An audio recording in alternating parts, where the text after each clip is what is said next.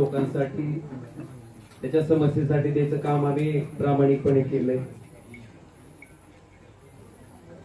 आणि यांचे साक्षीदार सगळे तो मोबाईल व्हाईट शर्ट सर्वसामान्य माणसं कॅम्प लाईव्ह चालू आहे. पोलीस त्यांना ढकला ना मागे चालू आहे. आपल्या सगळ्यांच्या माहितीसाठी बस ना खाली इथं आमच्या इथं लावलं. आमचा कार्यकर्ता आम्ही कधी कामात कमी पडलोच नाही.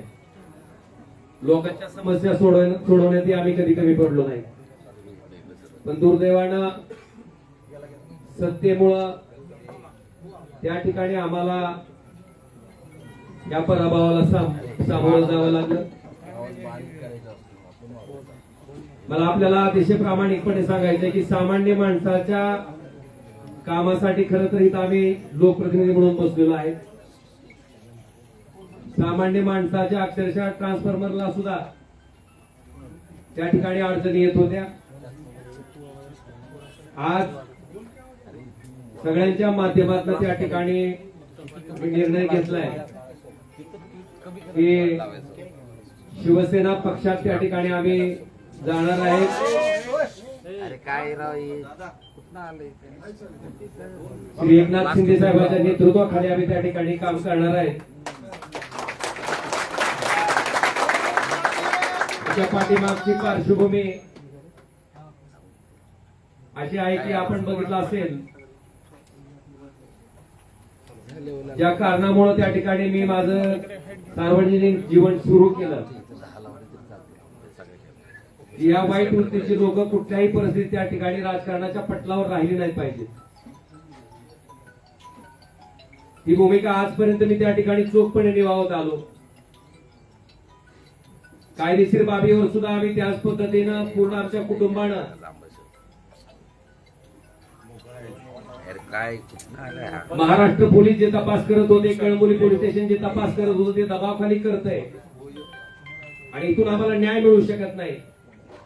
म्हणून हा तपास सीबीआय कडे वर्ग करावा अशी मागणी, अशी याचिका हायकोर्टात केल्याच्या नंतर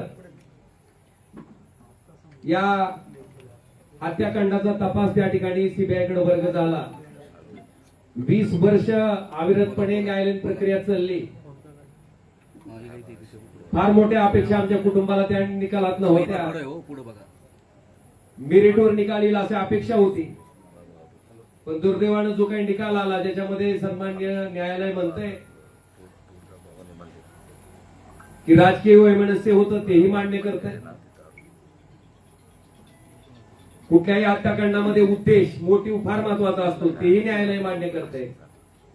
पण दुर्दैवानं कळंबोली पोलीस स्टेशनच्या तपासाला त्या ठिकाणी बेस करून मला वाटतं ज्या पद्धतीचा निकाल आला तो अतिशय दुर्दैवी होता. आणि अशा पद्धतीनं या निकालाचं दुःख, कारण ज्या दिवशी राजेसाहेब गेले त्या दिवशीचं जे दुःख होतं तशाच पद्धतीचं दुःख आमच्या पूर्ण कुटुंबाला काल सहन करावं लागलं. मला वाटतं ह्याच्यामध्ये एक माणूस त्या ठिकाणी सक्षमपणे आमच्या पाठीशी उभा होता आणि त्यांनाही ते पटलेलं नव्हतं. काल ज्या पद्धतीने निकाल आला त्याच्या बाबतीत सीएम साहेब, देवेंद्रजी फडणवीस, श्री एकनाथ शिंदे साहेब यांच्याशी माझं बोलणं झालं. त्यांनी अमित शहा साहेबांबरोबरही माझं बोलणं करून दिलं. आम्ही त्यांना इतकीच विनंती केली की साहेब आम्हाला कुणाचा फेवर नको आहे, पण आम्ही जे संघर्ष मागच्या 20 वर्षापासून करतोय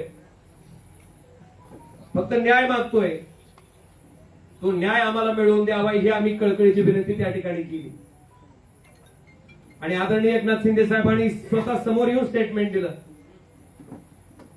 आणि सीबीआय त्या ठिकाणी माननीय हायकोर्टात या प्रकरणाबाबतीत अपील दाखल करणार आहे. अपेक्षा इतकीच आहे की केसच्या मेरिटवर त्या ठिकाणी जो न्याय त्या ठिकाणी डावलला गेला तो आम्हाला न्याय मिळावा. आणि म्हणून या सगळ्या बाबीचा विचार केल्याच्या नंतर आपण जर आमची इथली राजकीय परिस्थिती बघितली असेल, बऱ्याच मंडळींना वाटतंय की आता तुमचा एक पक्ष त्यांचा एक पक्ष. मी अतिशय प्रामाणिकपणे सांगतो की कुठलाही पक्ष असला तर अशा वृत्तीला राजकारणातनं थांबवण्यासाठी जे काय करावं लागणार आहे त्याच्यासाठी ओमराजे कधीच थांबणार नाही ना मला कोणी रोखू शकत. आज ज्या सत्तेची ताकद घेऊन त्या ठिकाणी आमच्यासारख्या सर्वसामान्य कार्यकर्त्यावर जो अन्याय होतोय, आज गावागावातल्या माणसाला त्या ठिकाणी थांबवलं जात आहे. अनेक लोकोपयोगी कामं आहेत. खासदार म्हणून त्या माणसाला वाटतंय की बाबा खासदारांना आमचं ट्रान्सफॉर्मर द्यावा, खासदारांना आमच्यातलं अमुक काम करावं. आज 7 वर्ष होत आले. त्या माणसाच्या अपेक्षा फार मोठ्या आहेत. मला वाटतंय निश्चितपणे या सगळ्या अपेक्षांना न्याय द्यायचं काम मी निश्चितपणे प्रामाणिकपणे इथून पुढच्या कालखंडामध्ये करत राहीन. आणि आपल्या सगळ्याच्या माहितीसाठी सामान्य माणूस ओमराजेला ओळखते. 2009 पासून ते आजपर्यंत, 2006 पासून ते आजपर्यंत त्या सामान्य माणसासाठी मी काय काम करतो हे सामान्य माणसानं बघितलंय. आणि म्हणून कुठल्या पैशाच्या हव्यासापोटी, कुठल्या पदाच्या हव्यासापोटी जाणारा ओमराजे नाही. जी काय सत्ता घ्यायची किंवा जी काय सत्तेचा वापर करायचा आहे, कारण आपण जर माझ्याकडची फळी बघितली तर माझ्याकडे मोठे प्रस्थापित माणसं कोणीच नाही. माझ्याकडे सामान्य माणसं, समाजातली शेवटच्या घटकातली माणसं त्या ठिकाणी आज माझ्याकडे आशा लावून बघतायत. आणि मी आपल्याला शब्द देतो, या सत्तेचा वापर हा त्या सर्वसामान्य माणसाच्या जीवनात आनंद देण्यासाठी मी प्रामाणिकपणे करत राहीन आणि ती ताकदीनं करत राहीन. हे वचन मी आपल्या सगळ्याच्या साक्षीनं आज या ठिकाणी देतो. आणि आम्हाला खात्री आहे की ज्या पद्धतीनं धावून जाऊन काम करायचा त्यांचा स्वभाव आहे, त्या पद्धतीने निश्चितपणे धावून येतील आमच्या प्रत्येक. कारण आमचं काय वैयक्तिक कुठलंच काम नाहीये, माझं कुठलंच काय असंही नाही किंवा काहीतरी वेगळा व्यवसाय माझा चालू आहे आणि त्या व्यवसायाला संरक्षण घेण्यासाठी मला जायचंय ना. माझ्यावर काही ईडीसी द्यायची धाड पडली असंही नाही. बांधवांनो, प्रामाणिकपणे काम करणारा 24 तास मधला 24 तास वेळ देणारा मी एक सामान्य कार्यकर्ता आहे. आणि निश्चितपणे त्यांच्या नेतृत्वाखाली आम्ही अतिशय चांगल्या पद्धतीचं काम आपण जर बघितलं असेल तर कृष्णा मराठवाडा सिंचन प्रकल्प जो की कित्येक वर्षापासून त्या ठिकाणी अपूर्ण आहे. आपल्याकडे बॅरेजेसची काम आहेत जे की आम्ही त्यावेळेस सुरू केलं होतं, त्याची इस्टिमेट चालू केले होते. मला वाटतंय या सत्तेचा उपयोग कशा पद्धतीने केला जाऊ शकतो हे निश्चितपणे आम्ही धाराशिव लोकसभा मतदारसंघातील जनतेला चांगल्या पद्धतीने त्या ठिकाणी राबवून, नुसत्या घोषणा नाहीत तर त्या राबवून अतिशय चांगल्या पद्धतीनं दाखवून देऊ, हेही वचन मी आजच्या या पत्रकार परिषदेच्या निमित्तानं देतो. आणि निश्चितपणे आदरणीय उद्धवजी, आदरणीय आदित्यजी, बाळासाहेब यांचा सगळ्यांचा मला प्रचंड स्नेह लाभला, त्यांचे आशीर्वाद लाभले, त्यांचं प्रेम लाभलेलं आहे.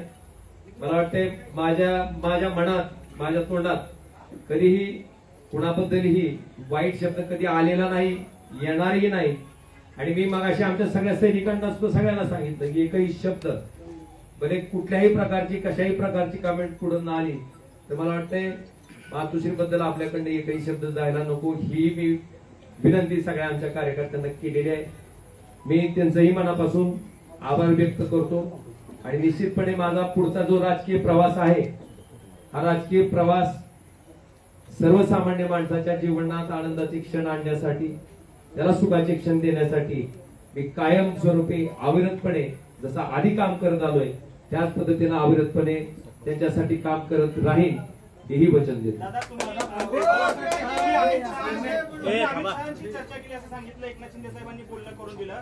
उद्धव ठाकरेंची आपली काही चर्चा झाली का, त्यांच्याशी काय बोललात का, किंवा आपण भविष्यात कधी त्यांच्याशी अमित भाई शहांशी आपण चर्चा केली फोनवरून, एकनाथ शिंदे साहेबांनी आपल्याला फोनवरून चर्चा करून दिली असं बोलला. उद्धव ठाकरेंची काही चर्चा आपली झाली का या संदर्भात, या सगळ्या निर्णयाच्या अनुषंगाने, आणि भविष्यात काय होईल का कुठल्या कशाबद्दल या निर्णयाबाबत? आज आता उद्धव ठाकरेंना आपण आपल्याशी फोन केल्याच्या आपल्याशी लक्षात घ्या, माझी जी काय भूमिका होती, मी ज्या पद्धतीने ठरवलं होतं, ज्या पद्धतीने सांगितलं होतं त्या पद्धतीने मी आपल्या सगळ्यांच्या समक्ष मांडलेले.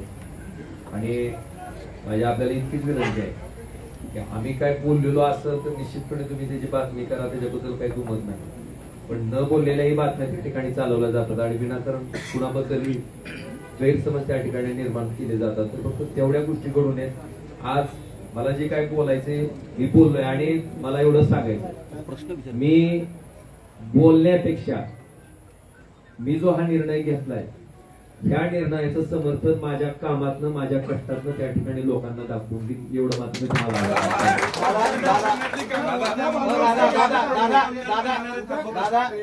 दादा कुठल्या अटी शर्ती काय ठेवलेत का तुमच्या प्रवेशासाठी किंवा अटी शर्ती कुठल्या आहेत? लक्षात घ्या. अटी शर्ती टाकून मी काम करणार कार्यकर्ता नाही.